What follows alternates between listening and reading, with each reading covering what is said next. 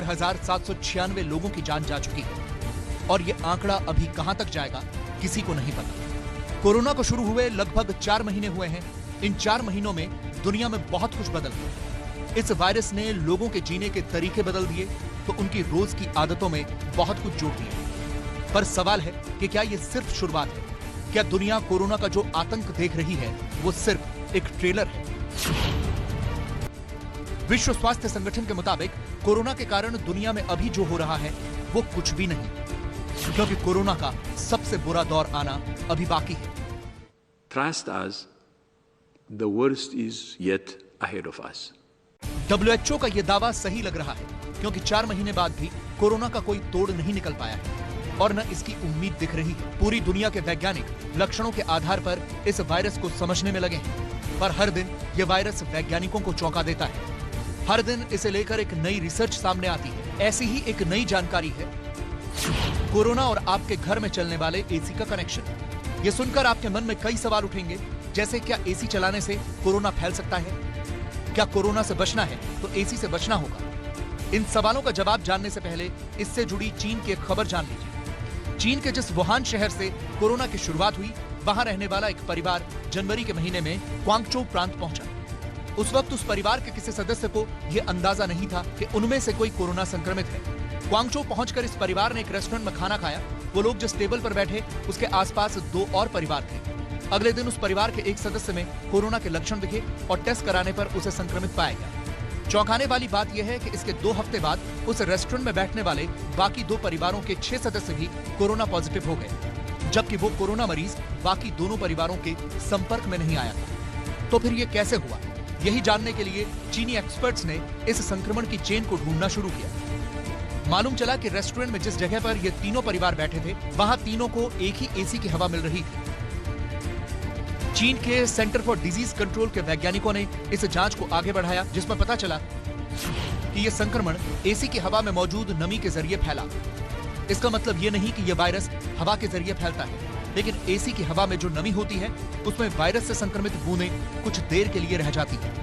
हवा के बहाव के साथ वो 1 मीटर की दूरी तक जा सकती हैं और इसीलिए चीन के एक रेस्टोरेंट में बैठे तीनों परिवारों में संक्रमण फैला। इसका निष्कर्ष ये निकला कि सेंट्रल एसी कोरोना के संक्रमण के लिए खतरनाक साबित हो सकता है, क्योंकि सेंट्रल एसी की हवा के सर्कुलेशन से ड्रॉपलेट ट्रांसमिशन संभव है। यानी मॉल, दफ्तर, अस्पताल या फिर कोई भी ऐसी जगह जहां सेंट्रलाइज्ड एसी लगा हो, वहां कोरोना संक्रमित व्यक्ति की मौजूदगी बाकी लोगों में संक्रमण का खतरा बन सकती है। जानकारों की राय में सार्वजनिक जगहों के सेंट्रलाइज्ड एसी की तुलना में घर के एसी सुरक्षित माने जा सकते हैं। कोरोना से जुड़े तथ्यों की सच्चाई का पता लगाने वाले पीआईबी फैक्ट चेक ने भी ये ट्वीट किया कि विंडो एसी के इस्तेमाल में कोई दिक्कत नहीं है, लेकिन सेंट्रल एयर कंडीशनिंग को लेकर ये नहीं कहा जा सकता। यानी यहां भी कोरोना से बचने का फॉर्मूला वही है, घर में रहना, भीड़भाड़ से बचना। आपके घर में लगे एसी से कोरोना संक्रमण फैलने की संभावना का कोई सबूत फिलहाल नहीं मिला है, लेकिन यही बात सार्वजनिक जगहों पर लगे सेंट्रलाइज्ड एसी पर लागू नहीं होती। इसी बात को ध्यान में रखते हुए WHO ने आज ये सलाह भी दी है। We want to re-emphasize that easing restrictions is not the end of epidemic in any country.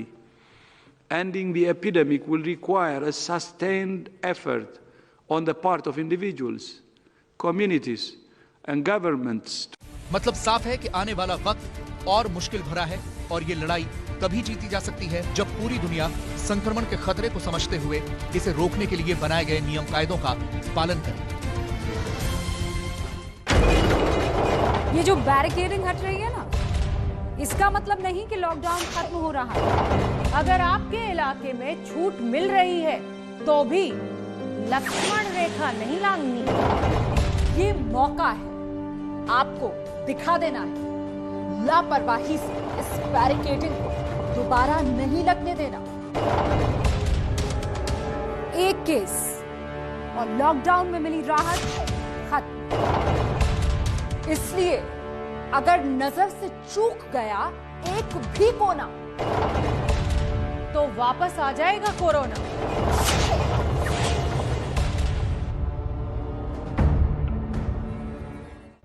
अगर आप कई देशों के आंकड़ों पर गौर करेंगे तो पाएंगे कि कोरोना वायरस का अटैक महिलाओं पर कम और पुरुषों पर ज्यादा है।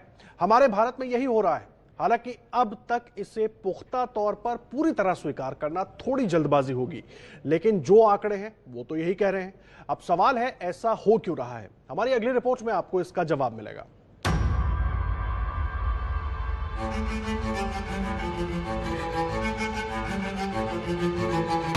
कोरोना वायरस का इलाज कब होगा, इसकी एंटीडोट कब मिलेगी, ये तो पता नहीं, लेकिन इसके बारे में एक बात हर कोई कह रहा है कि ये किसी में भेदभाव नहीं करता। ये कोई धर्म, जाति या रंग भेद नहीं देखता है, लेकिन ये वायरस महिलाओं और पुरुषों में भेदभाव जरूर कर रहा है। कम से कम आंकड़े तो यही कह रहे हैं। अमेरिका में महिलाओं की तुलना में दोगुनी संख्या में पुरुषों की मौत हो रही है। न्यूयॉर्क शहर में 1 लाख पुरुषों में अगर 43 की मौत हो रही है तो 1 लाख महिलाओं में 23 की मौत हो रही है। पश्चिमी यूरोप में मरने वाले सभी लोगों में 69% पुरुष थे। 6 अप्रैल को स्वास्थ्य मंत्रालय ने भी बताया था कि भारत में कोरोना के कुल मरीजों में से 76% पुरुष हैं।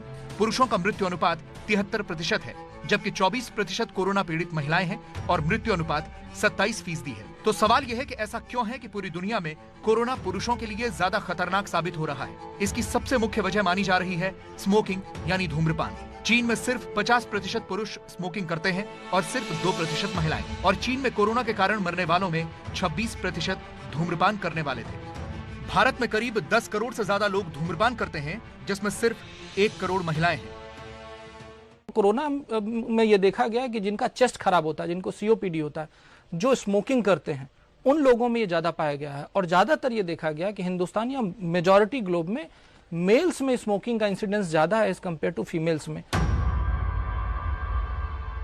धूम्रपान न करने की वजह से महिलाओं की प्रतिरोधक क्षमता यानी इम्यूनिटी ज्यादा ताकतवर मानी जाती है। कोरोना से लड़ने में महिलाओं की यही इम्यूनिटी मददगार साबित हो रही है।